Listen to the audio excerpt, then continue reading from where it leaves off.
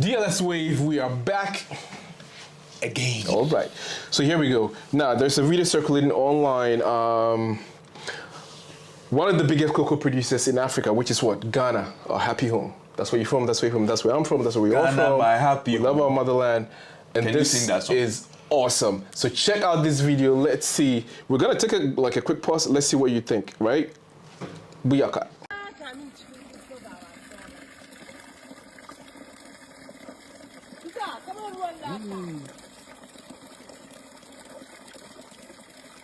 Galamsey water. Kaswa.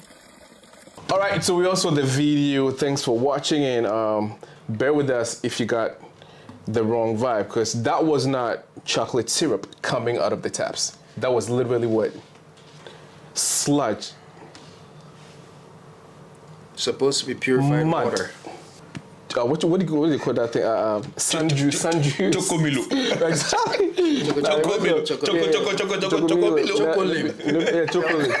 Or not bad. Chocomilo is different chocolim. Yeah, be that. All right, so yeah. Sorry about the deception, but that is not chocolate syrup. That is not chocomilo, right? Yeah. And that is not chocolim. Yeah. And there was another one, cocoa powder. Yes. Yeah. That is not cocoa powder as well. That is sludge, literally mud, right? Oozing out of these taps in some parts of Ghana. All due to the fact that the water bodies in Ghana are being destroyed. It's been an ongoing thing throughout the year about Galamsey, what we call Galamsey, which literally translates to illegal mining. Gather and Literally sell. gold mining, not any other mining other than gold mining. Illegal gold mining. Illegal gold mining. I mean, some are licensed, but it's hard to kind of tell the difference because maybe they're licensed, they're operating in a way. Even the licensed ones, some of the videos I've seen, they still are not doing it right. But that's what I'm saying. Yeah. Even if they're licensed, it's They're it's a not questionable process they're Yeah. using. So let's get right into it. DLS Wave back at ya. All right, so here we go. So what do you think? I mean, if you're in Ghana, literally you open your tap and you see this. What are you supposed to do throughout your day? Are you gonna buy like, what you call it, pure water and then like, pour it out to take a shower? How do you live in such a circumstance? How long can you continue to buy pure water? That's the question. Yeah, there's some people that can afford. Yeah. But something need to be done. Growing up, there was this song, Ghana, my happy home. My happy home. Ghana, hey, hey, hey. Ghana, saucy. All right, cool. That's terrible. Anyway, the thing is, it is for me, it is the way we like to politicize everything. Instead of looking at the issue, it doesn't matter whether under Kufuor, under Mahama, under Mills or whatever, they've been mining. Now it is causing problem. We cannot drink our water, like clean water. Those times when I was young, you just running around. You just go and then even Open the tap and then you drink it like that. Now you don't. You dare not. Yeah. You understand? And for me, people in Accra are the ones demonstrating, right? Actually, if you look at the way the water, our rivers are connected, now in Wager, if you look at the Wager Dam, it's coming. I saw a video where they Yes. said it's some taps in And look Accra at the already. video, you just... Yeah, but it's only a matter of time. That's how it watch. happens, right? How can you open your tap and it's this? Then you better go and swim in the mud, Yeah. brother, Yeah. and dress up and go to work. Say, boss, I'm reported to work. Yep. We need to put politics aside and face this issue. Okay, people have been given the license, but there are two different things. You give a license and make sure they do the right thing, Yeah, you regulate. Yep. right? Yeah. So I feel that if I'm a leader, I'll feel very ashamed. And it doesn't matter whether I'm MPP or NDC. I'll feel ashamed to see my country people drinking this kind of water. You can go, maybe in the villages and stuff, you can make an excuse. We don't have the finances to connect tap lanes and lines and whatever. But this one, it is our water. And I cannot buy a bottle of water. I heard it's being sold for maybe 7 cedis, or I don't know the prices. When you walk into a mall or whatever you want to buy water, it's expensive. And people depend on this, our lakes, especially the Wager, in Accra, and those other rivers, right. Praia River, and we were prideful to mention those rivers because it was clean. Yeah, when you mentioned that, kind of like rang a bell in my head. It was like growing up, we're so proud to be Ghana, gateway to Africa, right? Yes. That the beacon of hope. Blah, blah, blah, blah, We used to blah. learn these rivers in geography. Black Volta, White Volta. Exactly. And now it all looks like it's almost like the end of the country, because this is really preposterous. We don't want to politicize it. It's a national dilemma. The thing is, people have been talking about it all year long. Demonstrations, right? TV, everywhere. Like all these media, so-called gurus, they've been tired of talking about it. Yeah. Nana Banamo, they didn't want to talk about it because it's like, how long are you going to keep talking about the same problem, right? You got to move on at some point in time. So I guess probably due to the pressure, right? The government is like, okay, cool, now we're going to handle this. So they sent a task force to one of the towns. And apparently, just like before, they started burning down excavators, destroying water pumps and whatnot. Is that the right way to go about it? Why you? Because for me, I would be like, confiscate them, auction them, make some money for the state, or it can even be like state assets. You can confiscate them, use them at a later date to benefit the country. So is that the right way to go? Burning down all these machinery and equipment? I think this thing needs, for me, if I were in position of power, it needs a two-pronged approach, two-pronged solution. First, tackle the source. Are these, they call it chamfine or whatever. I don't know what the real name is, but the machine on the water. No, the chamfine or chamfine. I think it's a Chinese brand, Yeah, the one on the water that actually washes and distills and all that. How are they coming in? Because they are not made in Ghana. First of all, at the ports, immediately, there should be a law, even by parliament, very quickly pass a law and say that this and this and that is not allowed into the country. And if an excavator is coming into the country, it can only be allowed for A or B or C. So if you're importing an excavator, you must have proof of maybe a construction company or something that the excavator is going to be used for. If you don't have that, you can import it. That's the first thing. And secondly, so I don't want to cut you off. Think they don't know? No, but that's what I was about to say, right? That is when there's no collusion, right? Yeah. There's been chiefs, there's been the local people actually doing the wrong thing, saying that the government is the one bringing in these people to do the excavation. So how do you implement such a policy or strategy when you So that's why I'm saying that if we are not doing these things, then we are not serious in tackling the problem. Because if we want to tackle the problem, I think it has to come from the source. This chamfine, how is it coming into the country? The only purpose of that machine is for mining. First of all, stop. If you're really willing to stop this, first of all, tackle that problem. Don't allow it into the country. That's the first thing. Second thing is, when you confiscate these things off the chamfine, does it have another purpose? If it doesn't, you can dismantle it as scrap, give it to scrap companies to produce something else. That's one. Excavators, and we don't build excavators, and they're very expensive. Like you're saying, seize them. If they are being used for illegal activities, seize them, re-register them as government property, and auction them out to road contractors. You don't just get them, because excavators are for heavy-duty construction. We don't have these things. You're seizing them and you're burning them. Nationalize them, use them for the purpose for which they were manufactured. As simple as that. Your favorite word is misplaced priorities. I think we just got to debunk that in the first place, that there is the need, the desire to even stop these things from happening. Because we all know it's a fact. The government, the clergy, the chiefs, they all have a hand in what's going on. So there is no way they're going to be like, their policies to stop all this influx of machinery. They're not going to do that. The question, though, is like, burning something such as this excavator and all these water pumps and everything, is it just a show? Is it a show off because the elections are so close? Just to show the people, look, we're doing something about the Galamsey activities. Because you can ban those things and still they'll be doing the Galamsey anyways. You understand? So is it just for show? It is just, for me, it is just for show. On top of it, for the lack of word, sheer stupidity, because those machines are expensive, right? You seize them.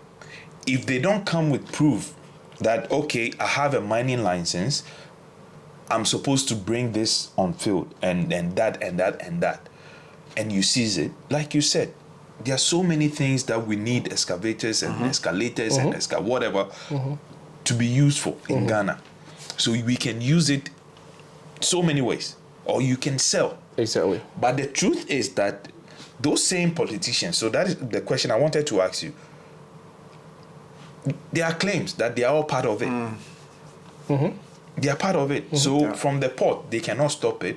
When you seize it, why do you burn it? I don't understand That's what I'm saying. I think it's just for show. That's what we're saying. Just you burn it to show power, or yeah, what? but that's what I'm saying. When you burn it, what are you trying to? What message are you trying to cut across? That, But somebody who if is- you're caught doing Galamsey, we're gonna burn your machinery. But you know where they're all operating. Yes, so you can stop them from where mining. these guys are operating. Yeah. But because you cannot actually drive excavator on the street to a mining site. Yeah, it has to be carried on the trailer. Exactly. So when it's being carried, you people don't see. You have police checkpoints everywhere, and The police, some of policemen, and I know this personally.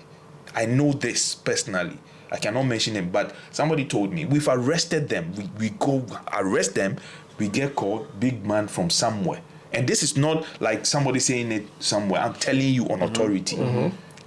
Somebody who is in the military, what do you call it, police force and stuff. They told me personally, right? Their mates and stuff. So it's deep. But burning those machines would not solve the problem. Right now, how do we solve the river issue? for me, I think that burning of excavators and seasons and whatever is not going to solve, like we're saying, it's not going to solve this illegal mining problem. The thing that government, like as I always say, I think that when you have a problem, you don't tackle it from the head, you tackle it from the roots. First of all, we've not been able to create alternative sources of livelihood for the ordinary person. The Galamsey is something that you can just pick a hoe, a pickaxe, and start digging. Yes. So even if you see all these excavators burning or wherever, it is still going to go on. Exactly my point. To tackle the problem permanently, which they are not willing to do, is to create alternative sources of income. If somebody wakes up and he knows he's going to a factory that assembles this microphone stand, why would he go and stand in the sand and be digging? So the problem, we have to seek a long-term solution to the problem. If what we are doing over 10 years, 15 years, 20 years is giving short-term, finding or using short-term solutions, the problem will disappear in the short term and it will reappear. Yeah. It doesn't matter who is in power, because we have not created the opportunity for people to do decent jobs. So what do you expect them to do? I mean, they will go back to it. I fully agree. I think the first year of Nanado, they tried to, we are climbing down on Galamsey and blah, blah, blah. And they seized, if you remember, they said some excavators got missing and that's when that unfortunate incident of the soldier dying. Yeah, exactly. The effort And was all that. actually been done, yeah. And after that, when they just decided, okay, let's do our thing, you people do your thing, look at the rate at which our land, our forests, and our rivers have been damaged. So why do you go seize their stuff to punish them? You burn it for what? Yeah, but that's okay. Let's look at what some of these guys are saying. There were 10 water pumping machines that were destroyed. Yeah. And the operation is what Operation Halt, right? Operation Halt campaign, which is literally to stop Galamsey.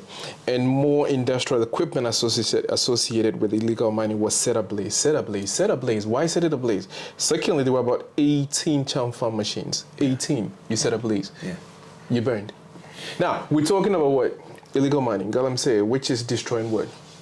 The water bodies, right? Now, if you burn this machinery, right, which has what? Fuel in them, what do you get up in the air?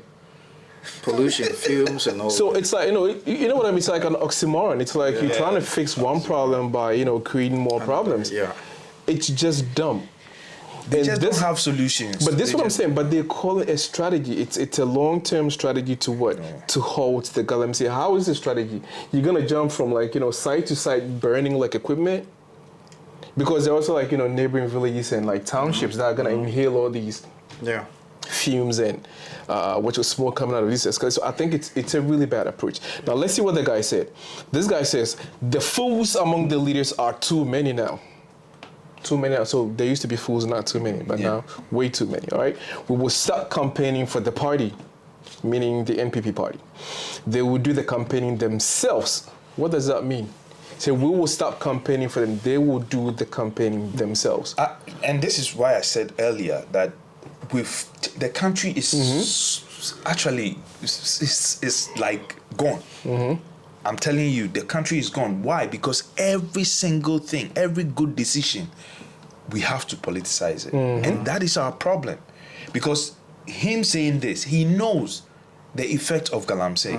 Nobody's saying don't make money, but make it the rightful way. Maybe you can bend the but rules. that is what he's saying, that we will No, do the. hold on. So they have to do themselves with their but children. Meaning they're being incentivized by the ruling party. I get it, but don't bring us that we will not vote for them thing. But why wouldn't he? Because you burn his excavator, which is expensive. I agree with burning. It's not good to burn the excavators. But what I'm saying is, let your focus be on why they were burning the excavators, why they shouldn't burn the excavators. It has nothing to do with I'll vote for you or not vote for you. I think with because, that, because it's a bad culture. I tell you why. The reason is that next time the next government comes and sees your excavators, right? You will come online again or do a video and say the same thing. But that's what I'm saying. They're always holding. Hold on, because I don't think let me finish my point. Let me finish. Sorry. Okay. Let me finish my Keep point. going. You like. We've created this culture where people can just threaten you by not voting for you when you are trying to do the right thing. Hold on. And I don't want to cut you off, but why do you think that culture exists? Because of these same politicians. Yes, they will make promises, incentivize them to vote for them. And then it's like, once they come into power, it's like, why are you fighting against? I voted for you because you said I'm going to be allowed to operate in this spectrum. Yeah. So I know they are paying them back because they went and made a promise. But I'm looking at it from, nobody makes me a promise. And I'm not going to vote for you because you promised me something. I'm voting for you on your policies. That in the near future. But that's the narrative Cheddar is trying to change. This is exactly the problem that I was talking about. But this is the culture we've created, and that is why we are not, and that is why the country is sinking. You know, that's why, like you mentioned, Cheddar, I want to bring that. We can't go without Cheddar because he's related to most of the things. He said that he would rather train them properly and use the Galamseyers to generate money the right way for the country. If you haven't provided an alternative source of income, I mean, and I think that's another thing the government is afraid of. Once you stop it abruptly, there's going to be a rise in crime and robbery and all that. People got to eat. Exactly. So that's why he was saying that rather than just taking them out completely and burning all these excavators, pack them somewhere, retrain them, put them under licensed miners who are trained to recover the land after digging. Because they already have been doing it for a long time. They have the skill, they've gone under the ground, they know how it works. But put them under proper training and proper care and management so that they can keep doing it, but in a responsible way to generate money for the country. But at the end of the day, what is happening is they are being controlled by individuals, powerful people, who are getting the money into their pockets. So at the end of the day, the environment is being destroyed, but the country itself is not benefiting. It's going in the pockets of individuals.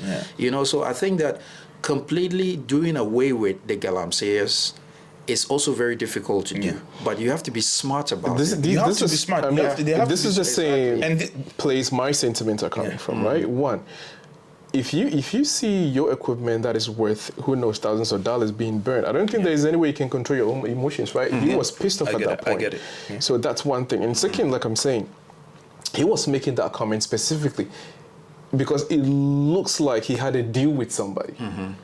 Because he's saying, well, what did he say? They will do the campaigning themselves with their children. So that's what he's saying, that we will stop campaigning for the party. Bro, I've heard this line before. So, but that's what I'm saying. So at the end of the day, like you rightfully said, why not confiscate the stuff? Keep them in a certain zone, right? And then you start your investigations. Maybe some of them are licensed. Even if they're not, they're confiscated. If you redo what? You re-educate them, you repurpose whatever it is they have to do. Then you can put back those things back into action.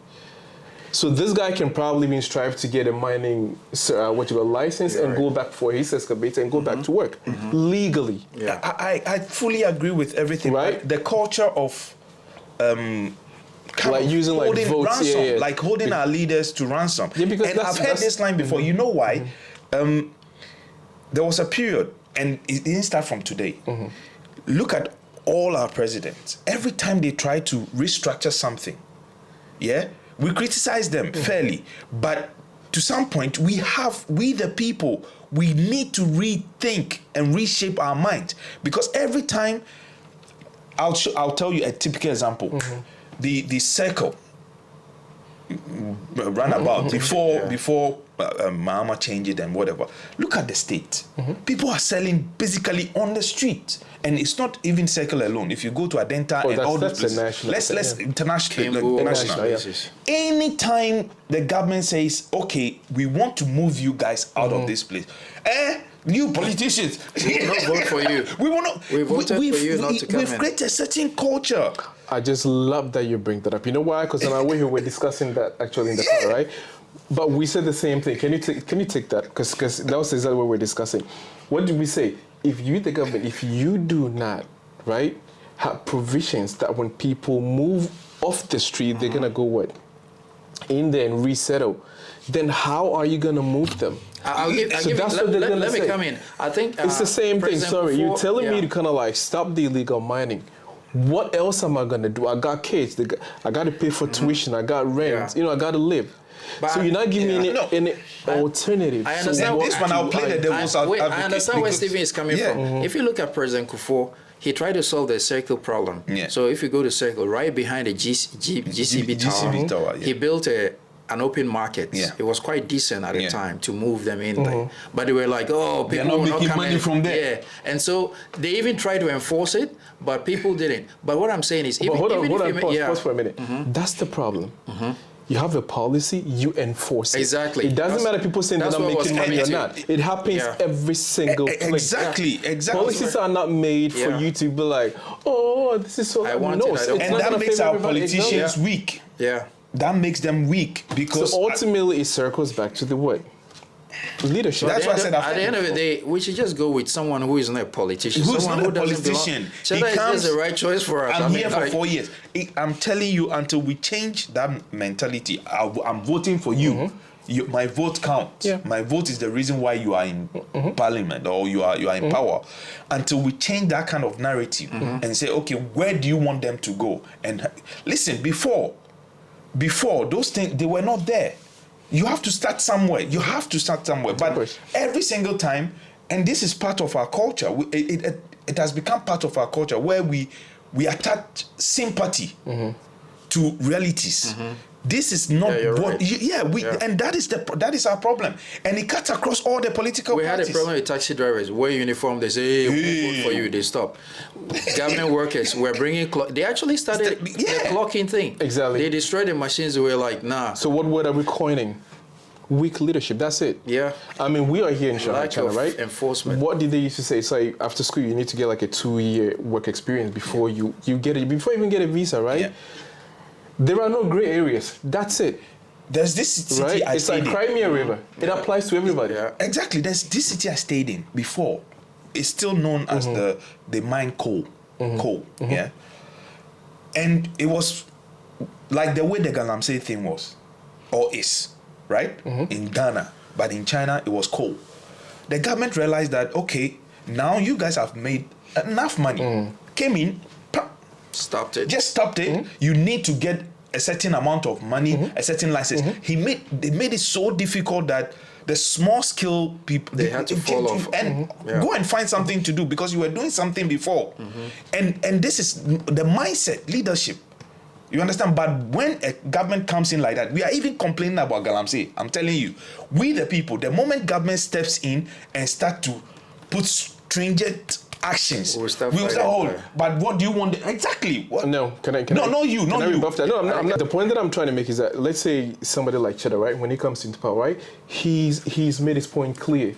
He's gonna put a stop to it, but like you said, not necessarily like just shut them off. Yes. He's gonna pretty much, reuse them, like train them, get the right documentation, get legal. Like you can do it, but it has to be legal. It has to be regulated. Water bodies are clean, farmlands are okay, you're operating in a very, very legal atmosphere. So in this case, when he comes in and starts shutting things down, he did not make any promises to you that I'm gonna let you continue Galamsey. So that everybody's gonna understand. But I feel like the former the candidates. Politicians, they just come in what? Making promises to people. Yeah. In the shadows. That's another We're problem, gonna let you yeah. operate, right? Yeah. Blah, blah, blah. And Yeah. it's like once you come in, once you start enforcing new laws, you're like, You lied to me. of course you lied to us. Yeah. So I feel like this is it. All right, guys. So this is it from us. We think it's absolutely wrong. I mean, you can repurpose stuff. Like you have to for the benefits of the state.